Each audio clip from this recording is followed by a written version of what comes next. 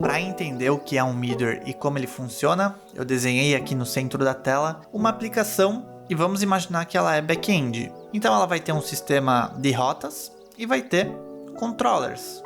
A partir dessas controllers, ela chama a model, chama a view, enfim, tudo vai depender da arquitetura que a aplicação foi desenvolvida, mas é a partir da controller que o processamento pesado da aplicação ocorre. Imaginando o cenário que o cliente disparou uma requisição HTTP para a nossa aplicação, normalmente ela chamaria o nosso sistema de rotas e o sistema de rotas chamaria a controller responsável por processar essa requisição e devolver uma resposta.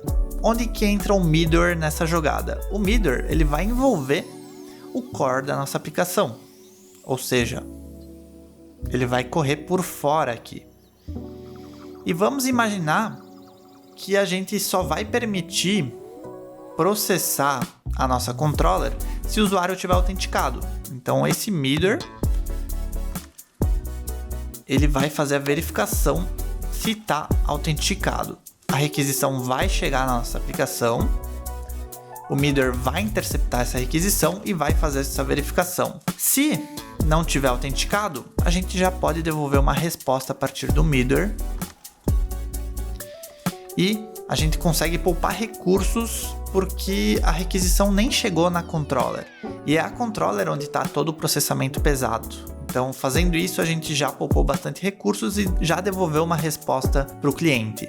Então, esse é um dos benefícios que o Meteor traz. A gente consegue interceptar a requisição, mas além disso, ele também consegue interceptar uma resposta.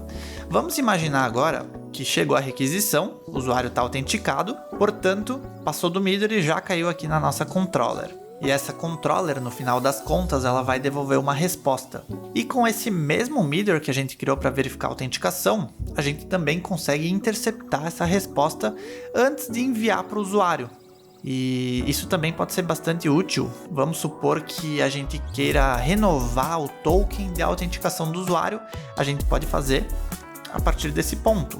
A gente já tem os dados que a controller retornou, já está tudo certo, a requisição vai ser devolvida, ou melhor, a resposta vai ser devolvida para o cliente, só que a gente quer fazer alguma operação aqui antes de enviar a resposta, como por exemplo, renovar o token. Aqui eu só estou dando exemplo, tá? Mas é uma alternativa, também poderia ser acrescentar um cookie na resposta, enfim, qualquer tipo de processamento. Com o uso dos Meteors, a gente consegue interceptar tanto a requisição como a resposta.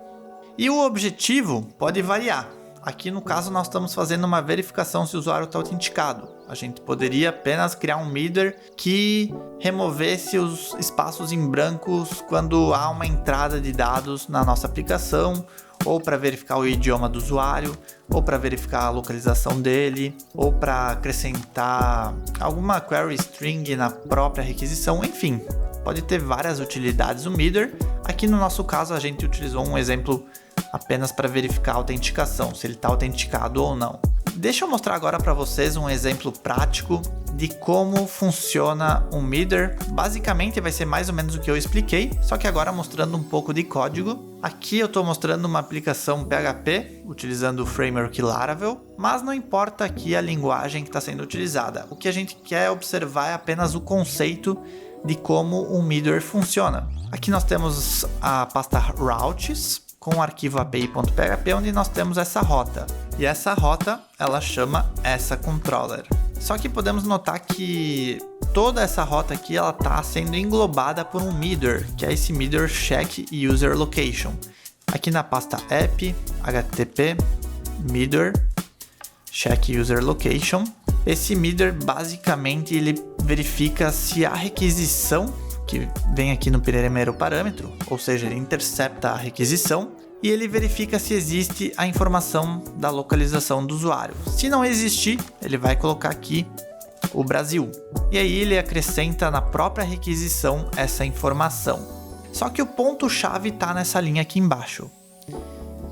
Tudo que é executado aqui em cima, ou seja, todo o nosso código que estiver acima dessa linha, ele vai ser executado antes da requisição chegar na controller, nesse ponto aqui. Ou seja, nós estamos interceptando apenas a requisição. Agora, tudo que tiver abaixo dessa linha aqui, ou seja, aqui embaixo, ele vai ser executado no momento que a controller está devolvendo uma resposta. Então a gente está interceptando a resposta nesse ponto aqui. Ou seja, a parte de renovação do token do usuário ficaria localizada aqui embaixo. Então, basicamente, essa linha aqui, ela vai chamar os próximos midders, caso haja, e no final das contas ela vai chamar a controller e a controller vai devolver uma resposta e a gente consegue interceptar essa resposta a partir dessa variável. Basicamente é assim que o midder funciona. Eu mostrei um exemplo teórico e um exemplo prático para a gente entender bem a utilidade de utilizar midders no nosso software. Ele pode ser encontrado tanto em aplicações back-end, como foi o exemplo que eu utilizei, mas no front-end também ele pode ser encontrado, talvez um pouquinho diferente, mas o conceito em si vai ser bem parecido.